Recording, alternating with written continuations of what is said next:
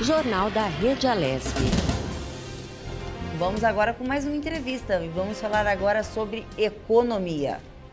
O assunto é o impacto na vida dos brasileiros em função da dívida pública federal, que hoje está em 5,09 trilhões de reais, informou a Secretaria do Tesouro Nacional. E sobre esse assunto, vamos conversar agora com Josilmar Cordenos. Ele é professor de economia da Universidade Presbiteriana Mackenzie. Bom dia, professor Josilmar, mais uma vez obrigado por participar aqui do Jornal da Rede Alesp, trazendo bastante informações de utilidade pública. O professor, vamos começar pelo menos pela definição. O que seria uma dívida pública? A dívida pública é a dívida que o governo tem com relação a outros investidores, como uma dívida normal, de uma pessoa normal. Em geral, é usada para financiar gastos do governo que excedem a arrecadação de impostos. Aquilo que não consegue cobrir com arrecadação, o governo emite dívida para financiar esses gastos. E essa dívida, professor, costuma ser tão alta por quê? Por falta de controle do governo ou apenas por necessidade? Olha, tem as duas coisas nesse momento. Antes da pandemia, nós já estávamos tendo uma dívida em relação ao PIB, uma relação de 65%, que era uma das mais altas no mundo emergente, entre os países emergentes. E até antes da pandemia, ela chegou a 80 e poucos %, porque por conta da nossa recessão de 2014 e 2016, e nos pegou em cheio essa pandemia, tendo que socorrer, auxiliar quem estava desempregado, aumentar gastos com saúde. Então, a gente teve que aumentar a dívida em 2020 e possivelmente esse ano também. Ô professor, a gente sabe que de acordo com a secretaria, 2020 a dívida pública apresentou um aumento de quase 18%. Quais são os impactos que esse aumento causa na economia do país? No primeiro momento, esse aumento da dívida do governo evitou uma queda muito grande do PIB, de toda a economia. Então veio o auxílio emergencial, auxílio às empresas para manter as pessoas empregadas, pagando uma parte do salário. Então, você tem todo esse lado benéfico que países que não tiveram essa rede de proteção tiveram uma queda de PIB superiores até 10%. A gente conseguiu segurar a queda do PIB em torno de 4%, 4,5%, que ainda vai ser divulgado pelo IBGE, ainda os cálculos estão sendo feitos. Então, de uma certa forma, no primeiro momento, ela segurou essa queda, mas isso vai nos custar mais no futuro. A gente vai ter que gerar superávites fiscais para poder pagar essa dívida, ou pelo menos não torná-la uma trajetória explosiva e fora de controle. A gente tem que gerar superávites no futuro. Professor Josilmar, nesse momento a população, principalmente a população mais carente, a população ali que ou ganha muito pouco, até mesmo perdeu os seus empregos, ela está muito preocupada com o fim do auxílio emergencial. Quando a gente fala de dívida pública, esse dinheiro que foi pago para o auxílio emergencial, ele ajudou que a dívida pública aumentasse? Uma coisa não tem nada a ver com a outra? Explica isso para a gente, por gentileza. Não, tem tudo a ver. Boa parte do aumento da dívida se deveu a esse auxílio que o governo deu às pessoas desempregadas que estavam na informalidade, que ficaram sem serviço. E por conta desse aumento muito grande da dívida, o orçamento de guerra, chamado orçamento de guerra, que serviu para esse aumento de gastos, tirar esses gastos não recorrentes dos gastos normais do governo, esse orçamento de guerra terminou, e com auxílio emergencial terminou em dezembro. Existe muita discussão se ele deve voltar ou não, e agora, com a eleição dos presidentes da Câmara e do Senado, esse tema volta à baila e possivelmente a gente vai ter o retorno desse auxílio emergencial. É muito necessário, porque com essa alta da segunda onda da pandemia, muitos brasileiros ainda necessitarão de ajuda. O problema é como financiar esse aumento de gastos extraordinários. A gente poderia fazer corte de gastos, gastos que não são muito importantes, que deveria ser cortado, na minha visão, permanentemente, como salários, por exemplo, que excedem o teto constitucional, que para mim são salários imorais, poderia ser atacado de início, mas são questões espinhosas para serem discutidas. E o meu medo é que isso seja financiado com aumento de impostos, do tipo CPMF.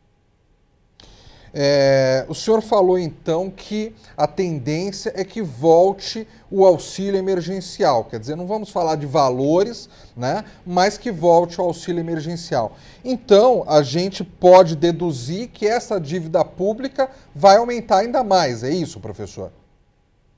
Com certeza ela será pressionada. Não tenha dúvida disso. Mas eu colocaria o seguinte: o importante... Nesse momento, os países avançados estão também aumentando a sua dívida, aumentando gastos, auxiliando as pessoas. Isso não está errado, tá? Pelo contrário, é uma questão humanitária até. E reduzir gastos nesse momento também é difícil. O que a gente tem que concentrar na parte econômica é concentrar esforços para incentivar reformas econômicas que diminuam os gastos do governo no futuro.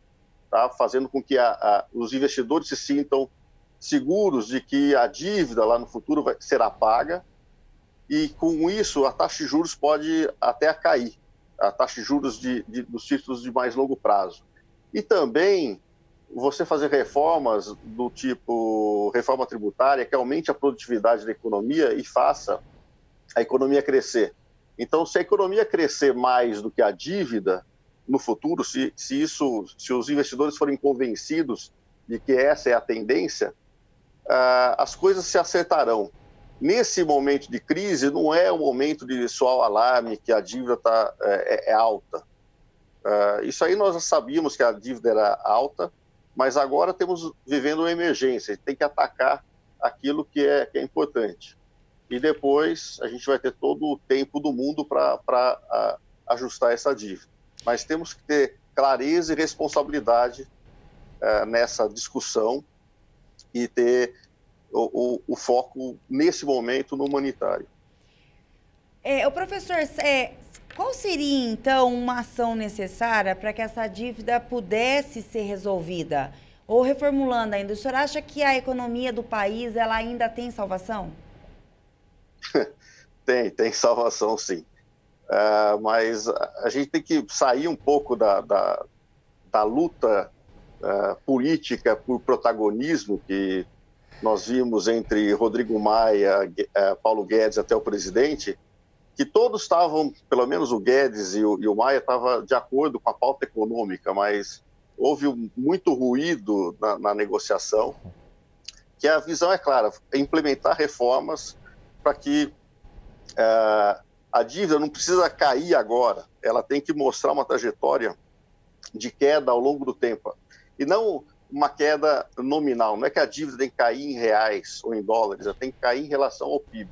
Ou seja, se você fizer reformas que tragam maior incentivo à atividade produtiva, que faça os empresários, os empreendedores se sentirem seguros para arriscar em novos negócios, investir em novos negócios, isso vai gerar mais emprego, a economia vai crescer, o governo vai arrecadar mais impostos e a gente entraria num ciclo virtuoso. Tá? O problema, muitas vezes, é nos grupos de interesse que trabalham nos bastidores, na luta por protagonismo político, pensando nas próximas eleições, e isso atrapalha a visão de longo prazo do país. Professor, isso que o senhor falou sobre muitas vezes a coisa ser politizada, né? Há quanto tempo a gente discute a necessidade de reformas, né? Há quanto tempo a gente discute aquela coisa de cortar na carne quando o assunto é dívida pública, né? Só que entra ano, sai ano e a gente continua com os mesmos problemas, né? Falando de 2021 especificamente, professor, um ano que a gente ainda vive o problema da pandemia, um ano que a gente iniciou a vacinação, mas a gente ainda tem um número de vacinados muito pequeno, até porque a gente não tem a independência em relação à fabricação da vacina, a gente precisa de insumos vindos de fora. O que o senhor espera para a economia neste ano especificamente? Primeiro, exatamente acelerar a vacinação para não correr o risco de cair numa nova recessão. Acelerar a vacinação e também, o que eu sinto falta também, enquanto nós não tivermos digamos, o que os epidemiologistas chamam de imunidade de rebanho, enquanto a gente não chegar nisso, a gente tem que fazer campanhas para que as pessoas tenham atitudes mais responsáveis, para que as internações caiam, independentemente de chegar a vacina ou não. E muitos países asiáticos já controlaram a pandemia e estão quase numa certa normalidade, porque a conscientização das pessoas é muito mais alta. É verdade que eles viveram epidemias recentes, como a SARS-1, em Taiwan, China, em vários lugares assim. Então, a população já foi, de certa forma, educada, mas só que o respeito às autoridades sanitárias é muito maior do que aqui. Aqui existe muita contestação, inclusive se demite ministro de saúde, que é autoridade no assunto, por questões políticas que o ministro ofusca o presidente, e esse foi o motivo real do Mandetta, por exemplo, ter sido demitido. E ele está pautando, o presidente é o verdadeiro ministro da saúde, então a gente trocou totalmente os papéis aí, está totalmente invertidos, e a gente não está seguindo um rumo que a gente poderia ter controlado essa doença muito mais cedo e a economia ter retornado com muito mais força. Agora, professor, embora a gente tenha uma expectativa aí de conforme a vacinação vá aumentando e o comércio volte a funcionar mais perto de uma normalidade e, consequentemente, a economia melhore, o número que a gente tem hoje, o número exato hoje do IBGE, o número oficial, é de mais de 14 milhões de pessoas desempregadas aqui no Brasil. Como fazer uma economia crescer se a gente vê que tem tanta gente assim que nem emprego tem, nem renda tem para comprar qualquer tipo de produto que seja, professor? Primeiramente, o número de pessoas desempregadas, de acordo com o IBGE, eu acho que ainda está subestimado, porque pela metodologia do IBGE, que segue a metodologia mundial, só detectam o desemprego das pessoas que estão procurando emprego. As pessoas que estão sem emprego é muito maior que isso. Chegou no auge da pandemia, quase 50%, ou até passou de 50% da população economicamente ativa. Então, esse 14%, antes da pandemia, nós estávamos em torno de 11%, 12% de desemprego. Então, a surpresa até que não subiu tanto, tá? Mas o lado... Então, aparentemente, até foi um lado positivo desse desemprego ter ficado só em 14%. O problema é que muita gente não tem nem coragem de correr atrás do emprego, e está vendo que a possibilidade de conseguir emprego tá baixa. Então, a gente vai viver, mesmo a economia retomando, a gente pode ter um paradoxo, a economia retomando e o desemprego subindo, porque mais pessoas vão ficar animadas a procurar emprego, então essa estatística pode até subir. Mas, então, é um momento realmente difícil, e um caminho que a gente poderia trilhar seria através das exportações. Apesar de termos problemas com containers e problema de transporte internacional ainda está muito caro, mas dado o câmbio, o dólar que se valorizou muito, a gente pode criar empregos através de produzir aqui o que a gente importava antes e também de tentar exportar, que a relação agora dos nossos produtos são mais competitivos lá fora. Então, esse poderia ser um caminho para tentar destravar o nosso crescimento. Ô professor, o senhor não acha que também para melhorar esse desemprego, uma nova reforma trabalhista e diminuindo mais um pouco ainda o encargo do empregador, não seria uma das soluções também mais coerentes aí para poder abrir mais leque no campo do trabalho e as pessoas poderem estar entrando formalmente com carteira assinada? Com certeza isso seria um bom caminho a ser trilhado, mas isso, o impacto no desemprego, também na estatística, que eu quero dizer, do desemprego, não vai ser grande, porque as pessoas que estão empregadas, estão no emprego informal, elas não estão desempregadas pelo IBGE, porque elas não estão, desde que não estejam procurando emprego, tá? Então, isso não vai impactar na estatística, mas eu acredito que isso vai trazer as pessoas na formalidade, tendo carteira assinada e tudo mais, elas vão ter um benefício econômico muito grande, podem ter acesso a crédito, podem ter a sua vida melhorada por conta disso. Professor, voltando àquele número lá da dívida pública, né, de mais de 5 trilhões, eu fico imaginando que um grande empregador país afora acaba sendo o governo quando ele faz obras, né, grandes aí espalhadas pelo país. Com uma dívida tão alta como essa, eu acredito que as grandes obras do governo também ficam paradas. E aí a gente não pode contar com isso para que a gente consiga, Brasil afora, empregar muita gente, pelo menos nessas coisas de obras públicas, de construção civil, né? Não, sem dúvida. Eu acho que nesse momento é difícil o próprio governo fazer investimentos públicos diretamente, mas ele pode fazer concessões, fazer para construção de rodovias, estender rede de internet e tudo mais. Isso impacta bastante no emprego, construção civil, e esse é um caminho a ser trilhado e a ser explorado fortemente. E o que a gente precisa agora é alavancar investimento. Agora, sem dúvida, esse é um... Agora, professor, quando o senhor fala alavancar investimento, eu penso no investidor internacional.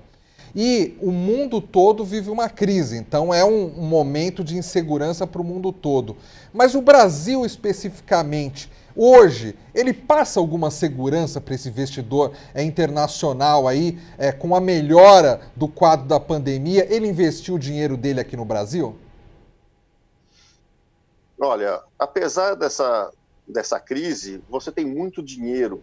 Os governos fizeram muitas emissões de moeda, muito auxílio fiscal no mundo desenvolvido, principalmente. Então, você tem uma liquidez internacional muito grande. Você tocou num ponto importante. Se o Brasil conseguir reduzir a incerteza do investidor, aqui vai ter uma entrada muito grande de investidores estrangeiros querendo investir no crescimento do país. Porque, ao contrário dos países avançados, que têm problemas com geração de demanda, eles já são desenvolvidos, então é difícil até você pensar em qual seria um bom investimento. Aqui no Brasil, a demanda é grande por tudo: infraestrutura, saúde, educação. O que você investir aqui vai ter demanda. Então, se você tiver diminuir o risco jurídico do investimento, diminuir riscos